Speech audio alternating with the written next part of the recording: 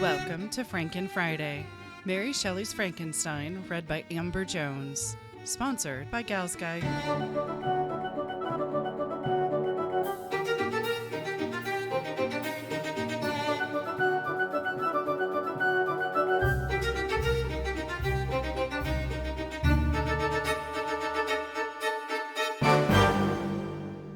Frankenstein, or The Modern Prometheus, by Mary Shelley. Letter 1. St. Petersburg, December 11th, 17. To Mrs. Saville, England.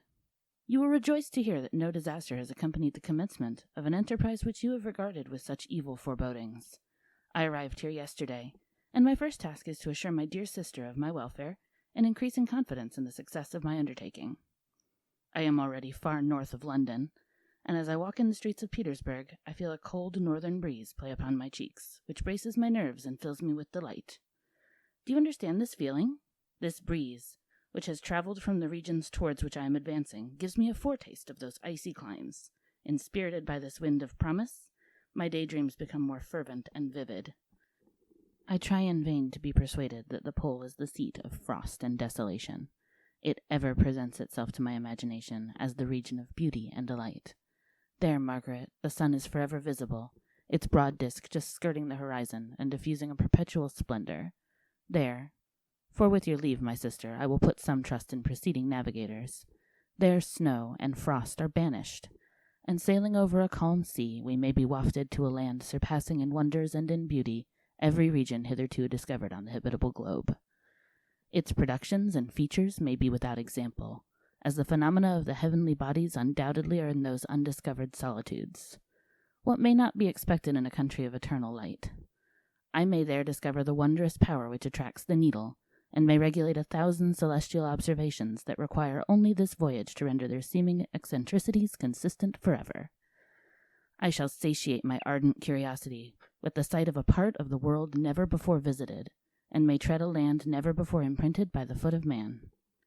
These are my enticements, and they are sufficient to conquer all fear of danger or death, and to induce me to commence this laborious voyage with the joy a child feels when he embarks in a little boat with his holiday mates on an expedition of discovery up his native river. But supposing all these conjectures to be false, you cannot contest the inestimable benefit which I shall confer on all mankind to the last generation, by discovering a passage near the pole to those countries, to reach which at present so many months are requisite, or by ascertaining the secret of the magnet, which, if at all possible, can only be effected by an undertaking such as mine. These reflections have dispelled the agitation with which I began my letter, and I feel my heart glow with an enthusiasm which elevates me to heaven, for nothing contributes so much to tranquilize the mind as a steady purpose, a point on which the soul may fix its intellectual eye. This expedition has been the favorite dream of my early years.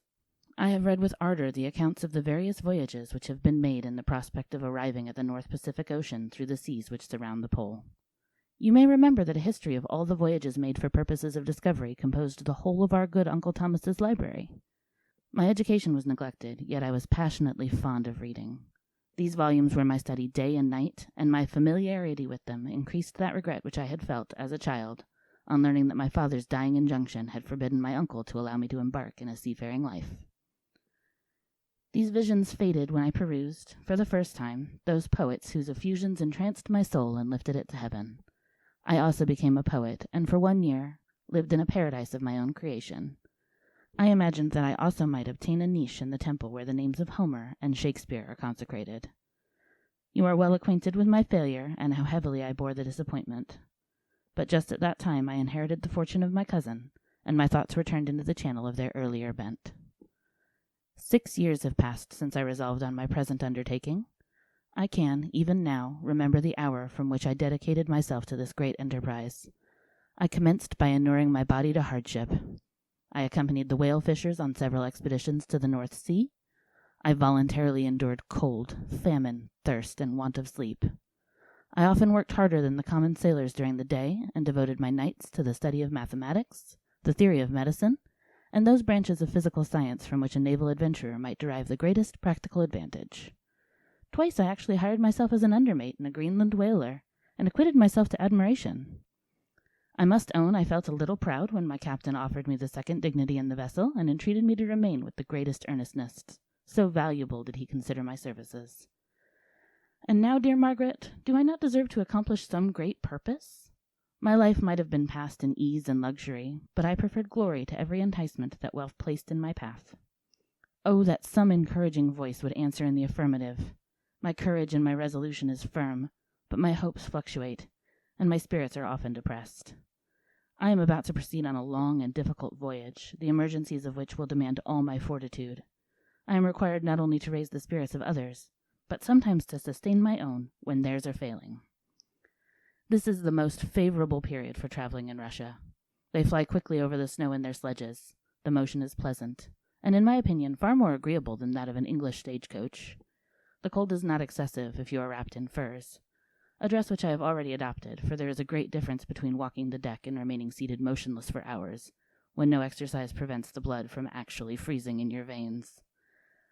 I have no ambition to lose my life on the post road between St. Petersburg and Archangel.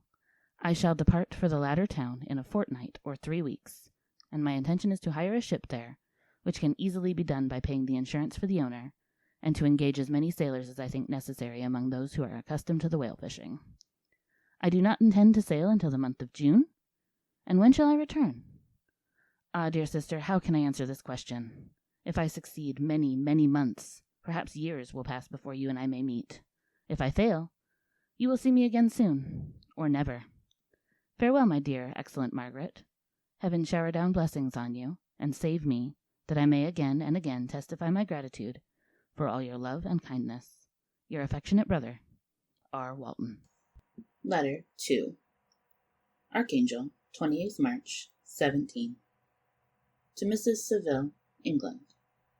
How slowly the time passes here, encompassed as I am by frost and snow. Yet a second step is taken towards my enterprise. I have hired a vessel, and am occupied in collecting my sailors. Those whom I have already engaged appear to be men on whom I can depend, and are certainly possessed of dauntless courage. But I have one want which I have never yet been able to satisfy, and the absence of the object of which I now feel as a most severe evil. I have no friend, Margaret. When I am glowing with the enthusiasm of success, there will be none to participate my joy. If I am assailed by disappointment, no one will endeavor to sustain me in dejection. I shall commit my thoughts to paper, it is true, but that is a poor medium for the communication of feeling. I desire the company of a man who could sympathize with me, whose eyes would reply to mine. You may deem me romantic, my dear sister, but I bitterly feel the want of a friend. I have no one near me, gentle yet courageous, possessed of a cultivated as well as of a capacious mind, whose tastes are like my own, to approve or amend my plans. How would such a friend repair the faults of your poor brother? I am too ardent in execution and too impatient of difficulties. But it is a still greater evil to me that I am self-educated. For the first 14 years of my life I ran wild on a common, and read nothing but our Uncle Thomas's books of voyages. At that age I became acquainted with the celebrated poets of our own country, but it was only when it had ceased to be in my power to derive its most important benefits from such a conviction that I perceived the necessity of becoming acquainted with more languages than that of my native country. Now I am 28, and am in reality more illiterate than many schoolboys of 15. It is true that I have thought more, and that my daydreams are more extended and magnificent, but they want, as the painters call it, keeping. And I greatly need a friend who would have sense enough not to despise me as a romantic, and affection enough for me to endeavor to regulate my mind. Well, these are useless complaints.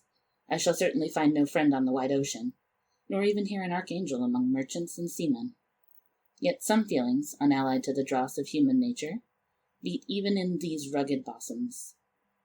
My lieutenant, for instance, is a man of wonderful courage and enterprise. He is madly desirous of glory, or rather, to word my phrase more characteristically, of advancement in his profession. He is an Englishman, and in the midst of national and professional prejudices, unsoftened by cultivation, retains some of the noblest endowments of humanity. I first became acquainted with him on board a whale vessel. Finding that he was unemployed in this city, I easily engaged him to assist in my enterprise. The master is a person of an excellent disposition, and is remarkable in the ship for his gentleness and the mildness of his discipline. This circumstance, added to his well-known integrity and dauntless courage, made me very desirous to engage in. A youth passed in solitude, my best years spent under your gentle and feminine fosterage, has so refined the groundwork of my character that I cannot overcome an intense distaste to the usual brutality exercised on board ship. I have never believed it to be necessary, and when I heard of a mariner equally noted for his kindliness of heart and the respect and obedience paid to him by his crew, I felt myself peculiarly fortunate in being able to secure his services. I heard of him first in rather a romantic manner, from a lady who owes to him the happiness of her life. This, briefly, is his story. Some years ago, he loved a young Russian lady of moderate fortune, and having amassed a considerable sum in prize money, the father of the girl consented to the match. He saw his mistress once before the destined ceremony, but she was bathed in tears, and throwing herself at his feet, entreated him to spare her, confessing at the same time that she loved another, but that he was poor, and that her father would never consent to the union. My generous friend reassured the suppliant, and on being informed of the name of her lover, instantly abandoned his pursuit. He had already bought a farm with his money, on which he had designed to pass the remainder of his life, but he bestowed the whole on his rival, together with the remains of his prize money to purchase stock, and then himself solicited the young woman's father to consent to her marriage with her lover. But the old man decidedly refused, thinking himself bound in honor to my friend, who, when he found the father inexorable, quitted his country, nor returned until he heard that his former mistress was married according to her inclinations. What a noble fellow, you will exclaim. He is so, but then he is wholly uneducated. He is as silent as a Turk, and a kind of ignorant carelessness attends him, which, while it renders his conduct the more astonishing, detracts from the interest and sympathy which otherwise he would command. Yet do not suppose, because I complain a little, or because I can conceive a consolation for my toils which I may never know, that I am wavering in my resolutions. Those are as fixed as fate, and my voyage is only now delayed until the weather shall permit my embarkation. The winter has been dreadfully severe, but the spring promises well, and it is considered as a remarkably early season, so that perhaps I may sail sooner than I expected. I shall do nothing rashly. You know me sufficiently to confide in my prudence and considerateness whenever the safety of others is committed to my care. I cannot describe to you my sensations on the near prospect of my undertaking. It is impossible to communicate to you a conception of the trembling sensation, half pleasurable and half fearful, with which I am preparing to depart. I am going to unexplored regions, to the land of mist and snow. But I shall kill no albatross, therefore do not be alarmed for my safety, or if I should come back to you as worn and woeful as the ancient mariner. You will smile at my illusion, but I will disclose a secret. I have often attributed my attachment to, my passionate enthusiasm for, the dangerous mysteries of ocean to that production of the most imaginative of modern poets. There is something at work in my soul which I do not understand. I am practically industrious, painstaking, a workman to execute with perseverance and labor. But besides this, there is a love for the marvelous, a belief in the marvelous, intertwined in all my projects, which hurries me out of the common pathways of men, even to the wild sea and unvisited regions I am about to explore. But to return to dearer considerations. Shall I meet you again, after having traversed immense seas, and returned by the most southern cape of Africa or America? I dare not expect such success, yet I cannot bear to look on the reverse of the picture. Continue for the present to write to me by every opportunity. I may receive your letters on some occasions when I need them most to support my spirits. I love you very tenderly. Remember me with affection, should you never hear from me again. Your affectionate brother, Robert Walton. Letter 3. July 7th, 17. To Mrs. Saville, England. My dear sister, I write a few lines in haste to say that I am safe, and well advanced on my voyage.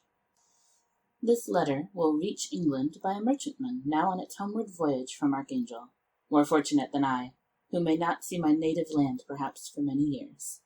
I am, however, in good spirits. My men are bold and apparently firm of purpose, nor do the floating sheets of ice that continually pass us, indicating the dangers of the region towards which we are advancing, appear to dismay them.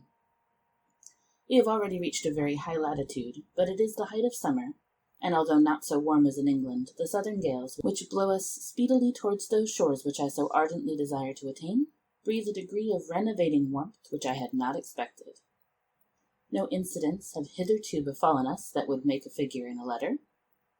1 or 2 stiff gales and the springing of a leak are accidents which experienced navigators scarcely remember to record, and I shall be well content if nothing worse happen to us during our voyage. Adieu, my dear Margaret. Be assured that for my own sake as well as yours I will not rashly encounter danger. I will be cool, persevering, and prudent. But success shall crown my endeavours. Wherefore not? Thus far I have gone, tracing a secure way over the pathless seas, the very stars themselves being witnesses and testimonies of my triumph. Why not still proceed over the untamed yet obedient element? What can stop the determined heart and resolved will of man? My swelling heart involuntarily pours itself out thus, but I must finish. Heaven bless my beloved sister. R.W. Letter 4. August 5th, 17. To Mrs. Saville, England. So strange an accident has happened to us that I cannot forbear recording it, although it is very probable that you will see me before these papers can come into your possession. Last Monday, July 31st, we were nearly surrounded by ice, which closed in the ship on all sides, scarcely leaving her the sea-room in which she floated. Our situation was somewhat dangerous, especially as we were compassed round by a very thick fog. We accordingly lay to, hoping that some change would take place in the atmosphere and weather.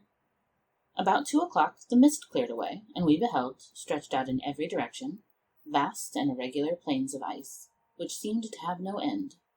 Some of my comrades groaned, and my own mind began to grow watchful with anxious thoughts, when a strange sight suddenly attracted our attention, and diverted our solicitude from our own situation.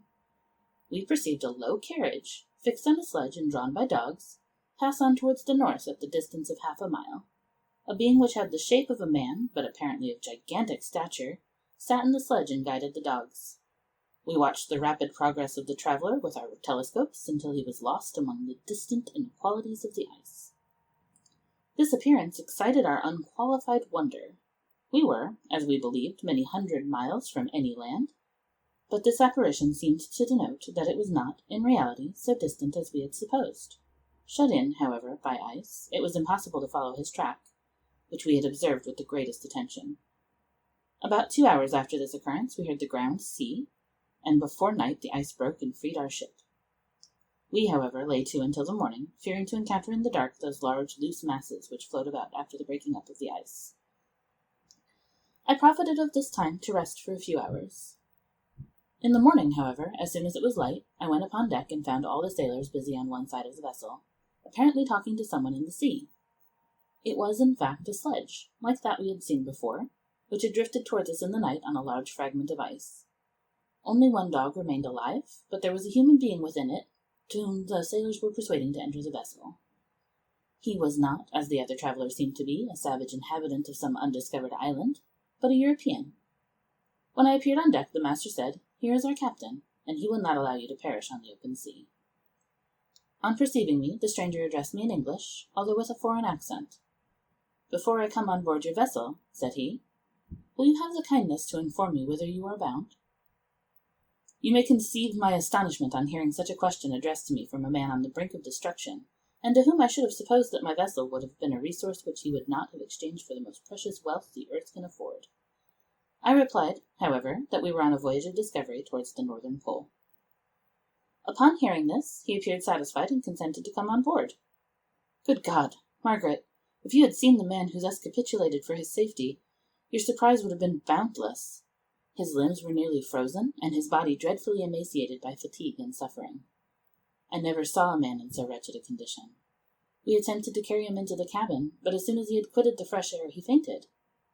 We accordingly brought him back to the deck and restored him to animation by rubbing him with brandy and forcing him to swallow a small quantity. As soon as he showed signs of life, we wrapped him up in blankets and placed him near the chimney of the kitchen stove. By slow degrees he recovered and ate a little soup, which restored him wonderfully. 2 days passed in this manner before he was able to speak, and I often feared that his sufferings had deprived him of understanding. When he had in some measure recovered, I removed him to my own cabin and attended on him as much as my duty would permit. I never saw a more interesting creature. His eyes have generally an expression of wildness and even madness, but there are moments when, if anyone performs an act of kindness towards him, or does him any the most trifling service, his whole countenance is lighted up, as it were, with a beam of benevolence and sweetness that I never saw equaled. But he is generally melancholy and despairing, and sometimes he gnashes his teeth, as if impatient of the weight of woes that oppresses him.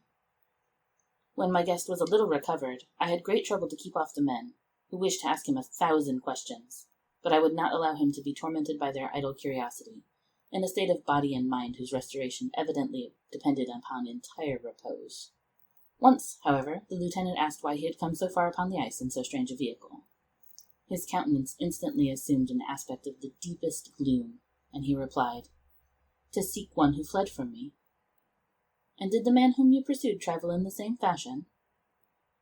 "Yes." "Then I fancy we have seen him, for the day before we picked you up we saw some dogs drawing a sledge with a man in it across the ice."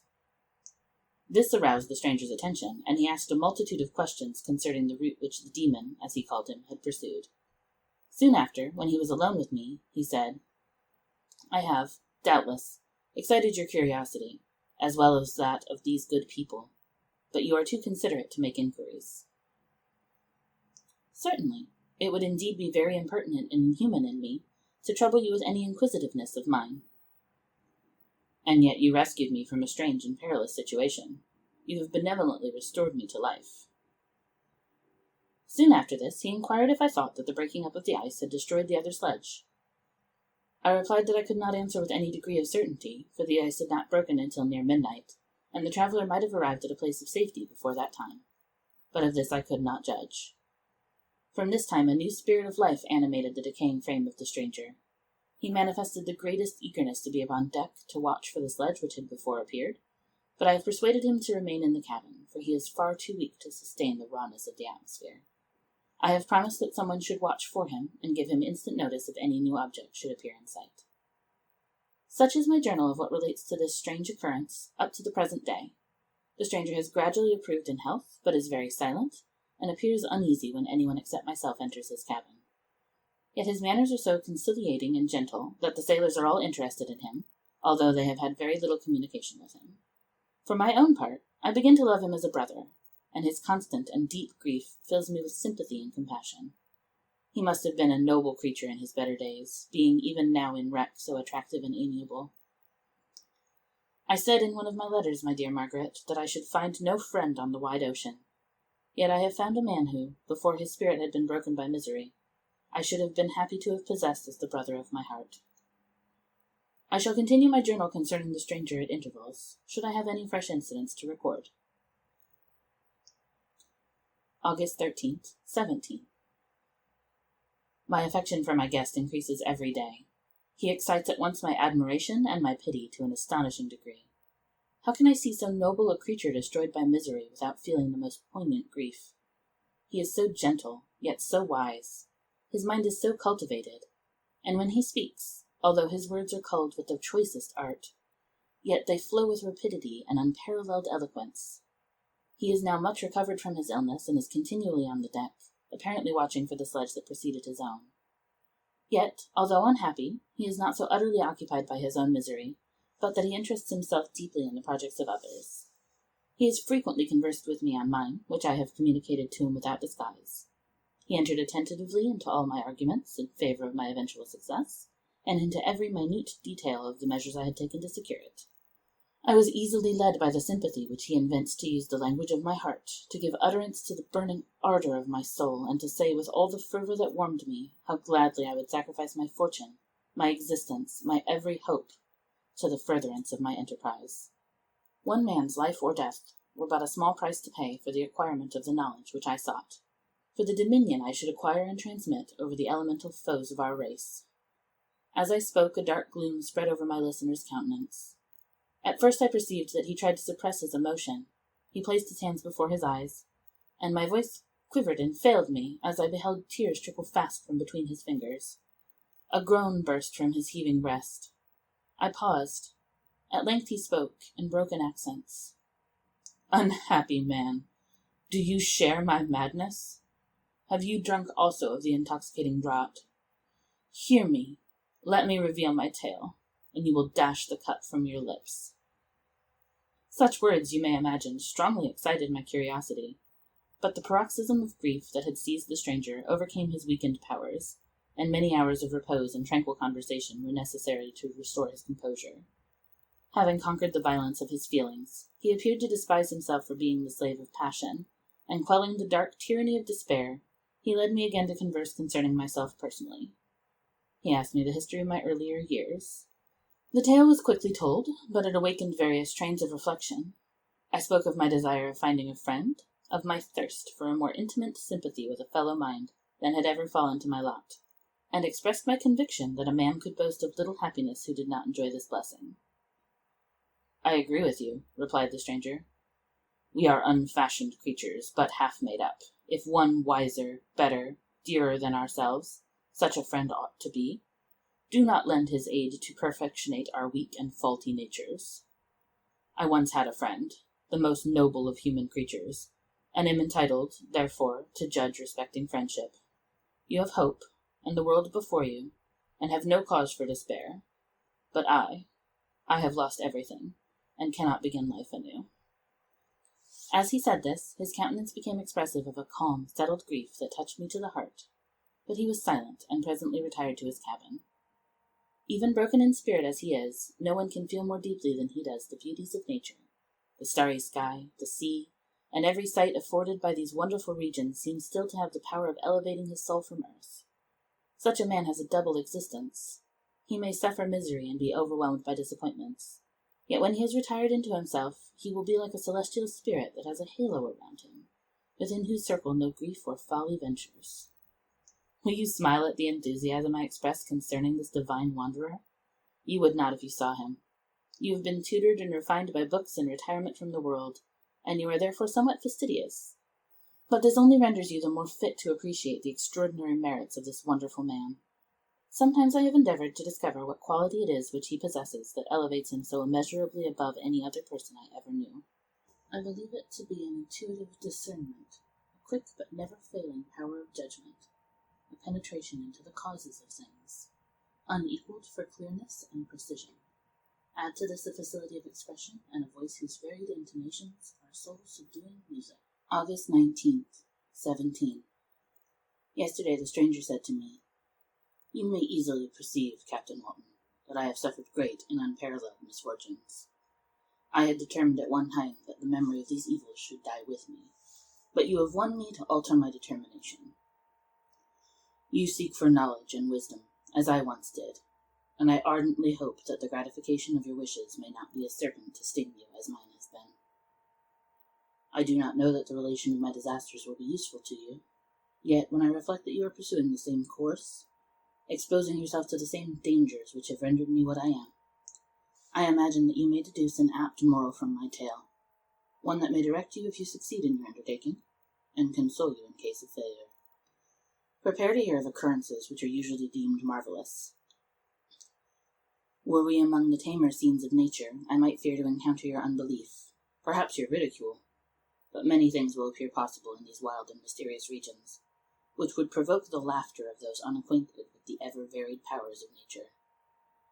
Nor can I doubt but that my tale conveys in its series internal evidence of the truth of the events of which it is composed. You may easily imagine that I was much gratified by the offered communication, yet I could not endure that he should renew his grief by a recital of his misfortunes. I felt the greatest eagerness to hear the promised narrative, partly from curiosity and partly from a strong desire to ameliorate his fate if it were in my power. I expressed these feelings in my answer. "I thank you," he replied, "for your sympathy, but it is useless. My fate is nearly fulfilled.